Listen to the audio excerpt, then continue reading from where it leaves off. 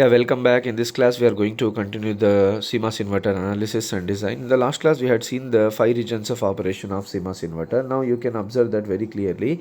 In region number C, that means in this region, in region number C, both the PMOS and NMOS transistor are in saturation region. If you want to overcome the static current flow in this region number 3, then the V in is equals to V out. There, the voltage we are going to call it as inverting voltage, which should be maintained as VDD by 2.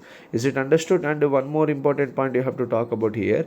If you want to calculate the gate source voltage of PMOS transistor, gate and source, gate is connected to V in and source is connected to VDD. Therefore, V in minus VDD is the gate to source voltage. And similarly, if you want to determine the gate to source voltage of NMOS transistor, gate is connected to V in and source is connected to VSS. Therefore, it is what?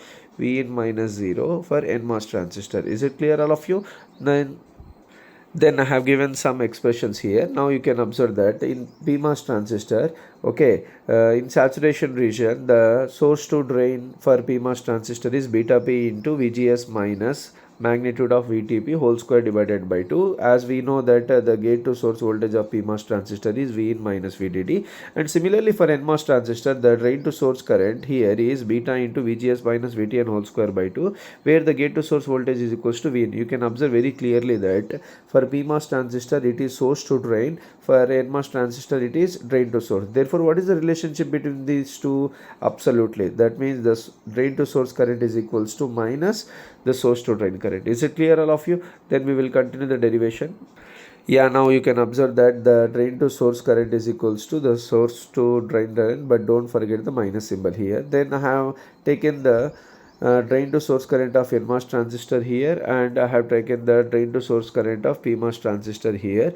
Now you can observe that since there is a square on both sides, therefore I have taken square root on both sides. After taking square root, this square and root gets cancelled. Is it clear? Then it becomes square root, it becomes square root. Therefore square root of beta n multiplied with this expression is equals to minus square root of beta p and multiplied with this expression. Is it clear of you? Now you can observe that I have taken this root beta p to this side, therefore it becomes square root of beta n upon beta p. I have multiplied individually, that means it is multiplied with V in and it is multiplied with VTN. Is it clear?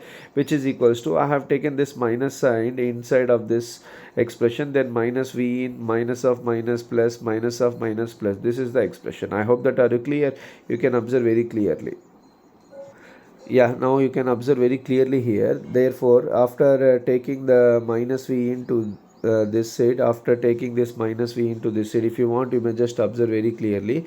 Okay, this one, if you observe, there is a negative minus V in I have taken to this side. Is it clear, all of you?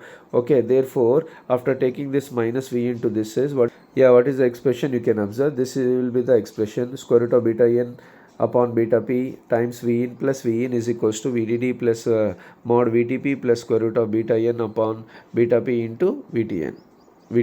Is it clear? Now you can observe that there you can take V in as a common term, then it becomes this expression. The right hand side is similar.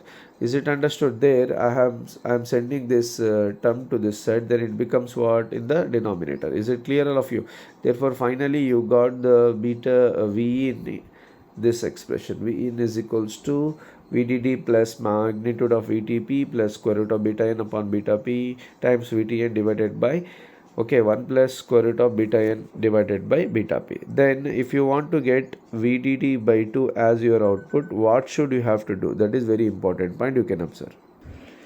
Yeah, now to get the required output, then what is the assumption we have to take here? Means the assumption is beta n is equals to beta p. If you take this assumption, then you can observe this is the expression what we acquired.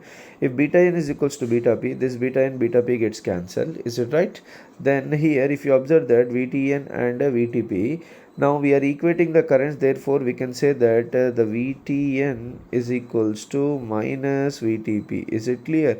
Therefore this term gets cancelled and here it's cancelled, it becomes 1. Therefore 1 plus 1 becomes what? 2. And what is the remaining term? VDD. This term gets cancelled. Therefore Vin is equals to what? VDD by 2.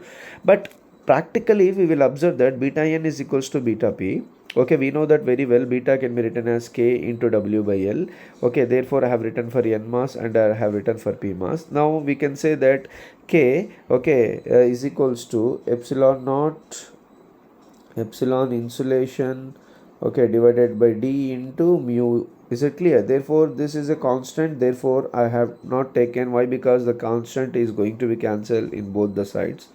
Okay, now you can observe this mu n and mu p.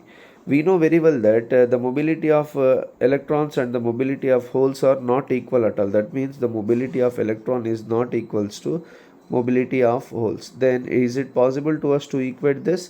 We will see that what should we have to do for that.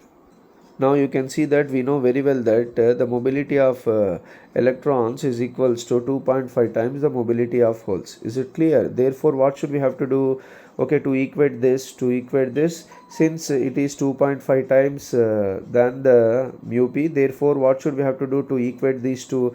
We can't do anything for mobility of electrons, we can't do the length of the channel. Is it clear? Therefore what is the main conclusion here is the width of p mass should be 2.5 times the width of n mass. Is it understood that?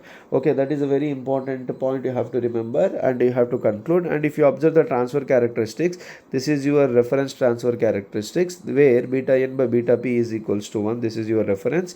If it is greater than 1, then the curve is shifted towards left side. If it is less than 1, the curve is shifted towards right side. Is it understood?